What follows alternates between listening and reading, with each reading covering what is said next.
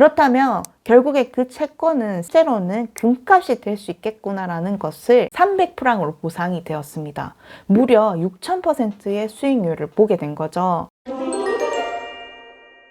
안녕하세요 여러분, 민나딸이입니다. 모두 한 주간 잘 지내셨나요? 요즘 날씨가 너무 좋더라고요. 너무 덥지도 않고 그렇다고 너무 춥지도 않고 딱 임장 가기 좋은 날씨니까 지금 같은 날씨에 꼭 임장 한번 가셨으면 좋겠고요. 저는 또 갑니다. 또 가요. 저는 그냥 쉬는 날 할 거 없으면 임장을 가는 편이거든요. 그래서 여러분들도 너무 마음을 들여서 간다기보단 밥 먹고 나서 소화시킬 겸 갔다 오고, 소화시키고 나서 잠깐 쉴 겸 부동산 가고, 이런 식으로 이제 루틴을 잡으면 즐겁게 시간을 취미 보내듯이 보낼 수 있습니다. 저는 그렇게 쓰고 있거든요. 주절주절 제가 얘기가 좀 많았는데요. 이번 영상의 주제는 코스톨라니의 망한 국채 투자 이야기를 한번 해보려고 합니다. 이 영상이 비교적 다른 투자 영상에 비해서 재밌을 거예요. 왜 그러냐면 제가 진짜 이야기하듯이 얘기를 해드릴 거거든요. 그래서 여러분들이 그냥 친한 친구가 아니면 동네 언니가 아니면 옆 딸이 이런 영상을 찍어서 얘기를 하네 라는 마음으로 들어주시면 좋겠습니다. 너무 부담 가지고 들을 필요도 없고, 아 이런 얘기가 있구나, 나는 이런 걸 가지고 이런 걸 느껴야겠다 라고 하면 이 영상은 존재의 의미가 있는 거예요. 자, 그러면 이 영상을 시작을 하기에 앞서서 진짜 잠깐 배워야 될 게 있어요. 바로 채권이라는 개념인데요. 채권은 일정에게 돈을 빌리는데 얼마의 이자를 더해서 더 갚겠다는 그 증서를 말합니다. 근데 이 증서는 나라가 돈을 빌리면 국가가 돈을 빌렸으니까 국채가 되고요. 회사가 돈을 빌리면 회사가 빌렸잖아요. 그럼 뭐가 될까요? 회사채가 되는 겁니다. 그래서 발행 주체에 따라서 불리는 이름이 다르게 되는데요. 이거를 채권이라고 하는 거예요. 자, 이번 영상은 투자자로 유명하신 앙드레 코스톨라니까 국채 투자한 이야기를 다뤄보려고 하고, 여기서 우리가 알아봐야 될 부분들이 있기 때문에 제가 영상을 가져왔겠죠. 그거를 통해서 좀 배워보려고 합니다. 1917년도로 돌아갈게요. 1917년도에 이제 사회주의 혁명이 한참 일어났던 시기였어요. 그때 러시아라는 국가가 이 러시아는 이제 없다, 러시아는 끝났고 소련이라는 나라가 새로 생길 것이다. 그러면 기존의 체계가 아니라 사회주의 체계를 바탕으로 한 새로운 나라가 건립이 될 것이니 기존에 있던 러시아는 없다라고 파산을 선언을 해버린 거죠. 자, 근데 여러분 잘 알아둬야 될 게 있어요. 나라는 모두 다 빚을 가지고 있습니다. 미국도 빚을 가지고 있어요. 그 당시에 러시아도 빚이 당연히 있었겠죠.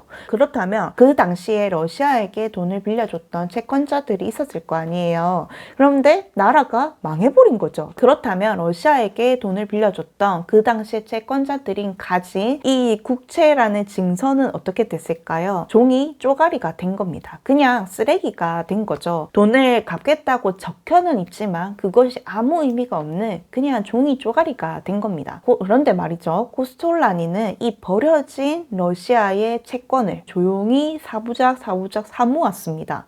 왜 그랬을까요? 왜 샀을까요? 남들이 다 쓰레기라고 했던 그 채권을 왜 사모았을까요? 1985년에 미국과 소련의 정상회담 때문이었어요. 코스톨라니는 생각을 한 거죠. 와, 이거는 언젠가는 머지않아서 소련이 해체되겠구나. 소련이 다시 해체가 되고 러시아가 파산을 선언을 했지만 다시 부활하겠다고 생각을 한 거죠. 그런데 러시아가 다시 전 세계적인 국가들과 교류를 하려고 하면 어떤 게 필요할까 곰곰이 생각을 했던 거죠. 코스톨라니는 생각을 했더니 필연적으로 러시아가 소련이 되기 전에 러시아에게 돈을 빌려줬던 채권들이 있을 거 아니에요. 그 채권을 갚지 않으면 이 신용이 이미 바닥인 나라기 때문에 다른 나라들도 러시아와 거래를 하지 않겠죠. 필연적으로 러시아는 그간에 빌렸던 채권이라는 채무를 이행해야 되겠구나라는 것을 알았다는 겁니다. 자, 그래서 코스톨라니는 이 확률 게임에 건 거예요. 러시아가 다시 경제 교류를 하기 위해서는 그동안의 채무를 불이행하겠다고 선언을 했던 것을 다시 이행하는 것으로 방향을 서겠구나. 그렇다면 결국에 그 채권은 실제로는 금값이 될 수 있겠구나라는 것을 예측을 했던 거죠. 여러분, 그 당시에 코스톨라니가 사들인 쓰레기 국채값이 얼마인지 아세요? 5%에 불과했습니다. 소련이 붕괴를 결국엔 하고 러시아가 다시 국채를 발행했을 때 국채 가격이 얼마가 됐을까요? 300프랑으로 보상이 되었습니다. 무려 6000%의 수익률을 보게 된 거죠. 저는 진짜 그렇게 생각해요. 이 시기에 야수의 심장은 솔라니가 아니었을까? 자, 여기까지 이야기를 잘 들으셨죠? 자, 그러면 제가 여러분들께 질문을 한번 해보겠습니다. 돌아간다면 여러분들은 망한 나라의 국채를 사는 선택을 할 수 있었을까요? 그리고 그만큼의 판단력과 결정력을 여러분들은 지금도 가지고 있나요? 그리고 돌아간다면 그러한 선택을 공격적으로 할 수 있었을까요? 저는 코스톨라니가 이 국채 투자를 한 이야기를 책으로 읽으면서 정말 소름 끼쳤던 부분들이 많았거든요. 첫 번째로 제가 느꼈던 부분은 돈의 흐름을 진짜 정확히 보는 사람이구나 라는 걸 많이 느꼈었어요. 자, 생각을 해보면 그 당시로 돌아갔을 때 정상회담을 했네? 라고 생각하는 사람은 그뿐이겠죠. 근데 정상회담을 했으니까 그 뒤에는 어떻게 됐을까라고 예측은 하는 사람은 몇 명이 안 됐을 겁니다. 그리고 결국엔 돈은 다시 러시아의 국채 쪽으로 가겠구나라고 예측을 한 것도 몇 명이 안 됐겠지만 그 쓰레기 값이라고 다른 사람들이 그런 걸 왜 사냐고 했던 그 국채를 살 만큼의 확신도 솔라니는 가지고 있었다는 말이에요. 자, 저는 투자를 장려하는 게 아니에요. 장려하는 게 아니고 이거를 통해서 한번 보자는 거죠. 확실했지만 두려운 결정을 했었던 사람이라는 겁니다. 남들이 봤을 때는 와, 쓰레기라고 했던 그것을 확신을 가지고 나는 금값이 될 것에 걸겠다. 그것에 대한 확률 게임을 실행했던 사람이잖아요. 저는 그런 점에서 코스톨라니가 보통은 아니구나 라고 생각을 했습니다. 제가 이 영상을 왜 찍었을까요? 여러분들은 많이 느끼시죠? 어떤 거 그냥 이거 오를 것 같으니까 하나 사고 비나이다 오르게 해주세요. 올라갈 거예요. 자, 이것은 투자일까요? 투기일까요? 사놓고 올라가겠지 비는 것은 투자가 아니라 투기에 가깝다고 생각을 하거든요. 근데 진정한 투자자라고 한다면 앞으로의 시장 상황에 대해서 내가 계속적으로 공부를 하고 여러 변수들을 공부만 하는 것이 아니라 예측을 해보고 틀리더라도 계속 해보는 거예요. 그러면은 하다 보면서 내가 생각하는 그 깊이가 점점 쌓이겠죠.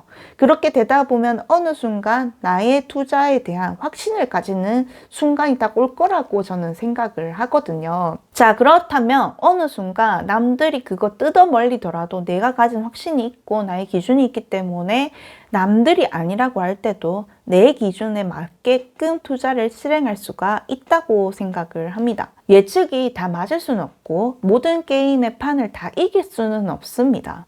하지만 확률 게임의 승률을 높이는 건 확실해요. 과거를 답습을 하고 성공한 사람이 왜 그런 선택을 했을까? 공부를 하는 것이죠. 그리고 공부하는 그 과정에서 끊임없이 미래를 예측하는 전망도 해보고 의문도 가져보고 고민을 해보는 거예요. 부동산이든 주식이든 채권이든 어떠한 투자든지 근거와 이유가 명확해지겠죠. 저는 그래야 흔들리는 이런 상황에서도 기준을 잡고 선택을 할 수 있다고 생각을 합니다.